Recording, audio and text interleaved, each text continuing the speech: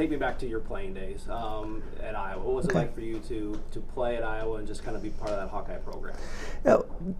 To have a Coach Stringer an hour and 10 minutes away from here was the reason why I went. And then it ended up that I was on the #1 recruiting class in the nation that year. It wasn't because of me. It was all these other All-Americans from Florida and Boston and Kentucky and Detroit and Dallas and Oklahoma. I mean, all these ladies, we all came together, and I mean, there's 7 of us in the freshman class. So right away we had goals and dreams and aspirations, and all but one of us stayed through and made it, to the Final Four or 3 years later. We did as a junior class, but to have it be this close. And I remember my dad was an Illinois fan, and we butted heads on that. But I mean, I think looking back at it now, he'd be like, "You made the right choice." Right. Does it seem like it was 30 years ago? No, come on. When someone said that, I was like, no, I can do math. No, maybe 10 years ago. I was talking to my friend Sunday night when that last couple minutes, because they're up by 20, and then they were up by 10, and I remember saying, I got to stop talking to you. I have to just sit here and enjoy this, because I went back to my time. We were in Carver Hawkeye Arena. We had been kicked out earlier because of Guns N' Roses. The first 2 rounds, we had to go out to Missoula, Montana, and then come back, and Tennessee is wearing their white uniforms.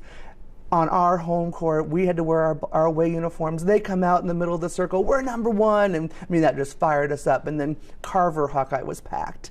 And just to have my mom there and my brother there, because that year I lost my dad, and just to have Hawkeye Nation there, and then the clock's ticking and you just feel it. And I felt it again on Sunday night. You just feel you can see the coaches, their faces turn, and the players, they're starting to, you start to celebrate at some point. And it was just like so much joy, just pure joy. To see this year's team, how closely have you watched them this year? A lot, yeah. I was able to take my Clinton girls to a game over December, and they wanted to go down and meet everybody. I said, no, we're just going to enjoy this from here, and just take in the atmosphere of appreciate them working hard, appreciate their teamwork, just watch them, kind of thing. So it's hard not to watch them, right? I mean, you go to work, everyone's talking about it. You go to the store, people are talking about it. I just was on Brady over street, and someone's Caitlin Clark show, 8 p.m. Friday night. I mean, it's what people are doing right now. So it's a good thing. Oh yeah, for sure. And kind of talk about Caitlin a little bit. Obviously, people want to talk about how she's changed the game and all that. There's been a lot of people that have come through that have done certain things, but she's really transformed the way people maybe look at girls basketball or women's basketball. Correct. I think she was able to. You have the Diana Taurasi and the Sue Birds. I think they kind of hit the ceiling, and then Caitlin Clark just, whether it was her social media presence, whether it was her way to transcend. I mean, when you're comparing her against guys, you're watching the men's tournament, and they're not hitting from the logo consistently, and Caitlin's like bam, bam, logo. And I remember, most people that I've talked to, they say the first time we saw her shoot it from there, we're like, oh my goodness, what she's doing. Oh, okay, that's what she does. I mean, it was kind of like the first time, like, what is she doing? So she has just taken this over. Her social media presence, I mean, she just has an air about her that people are like, even people who aren't Hawkeye fans. I lived in Indiana, those Purdue, the Boilermakers and the Hoosiers, like, oh, we don't like her, but we like her, kind of a thing. Right. Has it been fun to watch this team accomplish the things they've been able to accomplish? Of course. Anytime, I'm a proponent of girls working hard. You work hard, you believe, you stay together as a group of girls. That's hard to do. Stay together, and if you do that, you will achieve your goals. And that's what I love. You see them hugging each other, and you don't see them coming off the court and giving side-eyeing, and no, they're together, and they're celebrating together, and they're losing together. Those 6 losses were losses, and they did it together, and you just learn. That's a loss is something to learn from. So it's been great to see that. Have you been able to correlate 93 to 2023 a little bit between the two? A little bit, especially when Coach Jensen lost her dad the other day on Sunday morning. It was kind of like, oh, because I talked to Dana Johnson. She was on the Tennessee team, and I played with her over in Europe, and she was like, that day in Carver Hawkeye Arena, we played the 5 people on the court, but then there were angels in the air. We knew Chris Street, my dad, Coach Stringer's husband, Bill Stringer, they were there. We could feel it. We could feel just the intensity of the room, and it's powerful. How much pressure was it back then? I the first team could admit that I was sick to my stomach the entire week once we got there. It was you practice, and coach we played tag before practice. That was how we warmed up.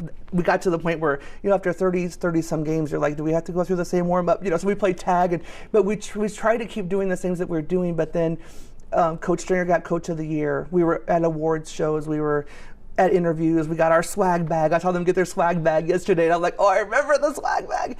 All these things. And then we didn't have social media, right, which was a blessing, right? I can't imagine on top of this, like, your phone just dying because it's just blowing up, and Twitter and Facebook and Instagram. But I remember I thought, okay, when the game gets here, my stomach will relax. No, it didn't. I was in knots the entire time. But so that's why someone said, well, what would you tell them? Just breathe.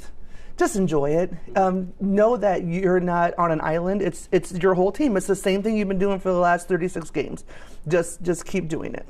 What do you hope for them? Obviously, hardware. Win, lose or draw. You'll be so proud of them. Absolutely. Oh, already so proud of them. Hardware. We want that, of course. We always want hardware. Just these are people. There were 3 other years that I was at Iowa, but this is the year of the group of ladies that we trudged. We were in the trenches together. We cried, we yelled, we screamed at each other. We had to go to their funeral together. We did it together, and so this is our main group, and this will be their main group the rest of their life, when they get married, when they have kids, when their parents die. These are the people that are going to be right there for you, because they were there for you in your high time. Mm-hmm. Do you think that with your group, people kind of remember, and now that this group's doing it again, they're like, oh yeah, that 93 team, they're kind of reliving those memories a little bit? I hope they are, because we sure are. It's been powerful. It's been see some footage. There's a clip of Virgie Dillingham at the very end of our game, shooting a layup, and I thought, oh my goodness, she's gonna dunk that thing. It was just, those memories came right back, and I see that clip where I see Coach Stringer on the bench, holding her head and getting up, yes, and you just relive those moments, because it was what we did in '93. People were in line and to get in there, and it was the story. So I'm so excited. We get to relive it, and I'm so excited we get to support these girls. Do you think the culture's changed a little bit, but do you think the perception of the fan has changed a little bit to where they're going to games more? They're not just going to the men's games. They're like, I want to go see the women play. Well, the Caitlin Clark effect is a real thing. I went to Carver on end of December, and it was super, super cold. And I told the girls, we're not going to be able to get in to an hour before the game. And I was shocked that they go, oh no, we're letting the women's games open an hour and a half before, because they're here in line ready to go. For the men's games, they're not. And so, yeah, it's just to have that change. It's like, yes, girl power, let's go. All those things you want to say. Hawkeye Nation did it in '93, and oh my goodness, to watch them go to the Big Ten tournament and call it Carver Hawkeye North, and they travel out to Seattle. I know they're going to be down there in Dallas. It's a different feeling when you're at a Final Four game. It's more of a business trip. If the gym isn't as intense, because there's a lot of just people just spectating, but I know Hawkeye Nation will have their section, and they'll be fun. So go Hawks.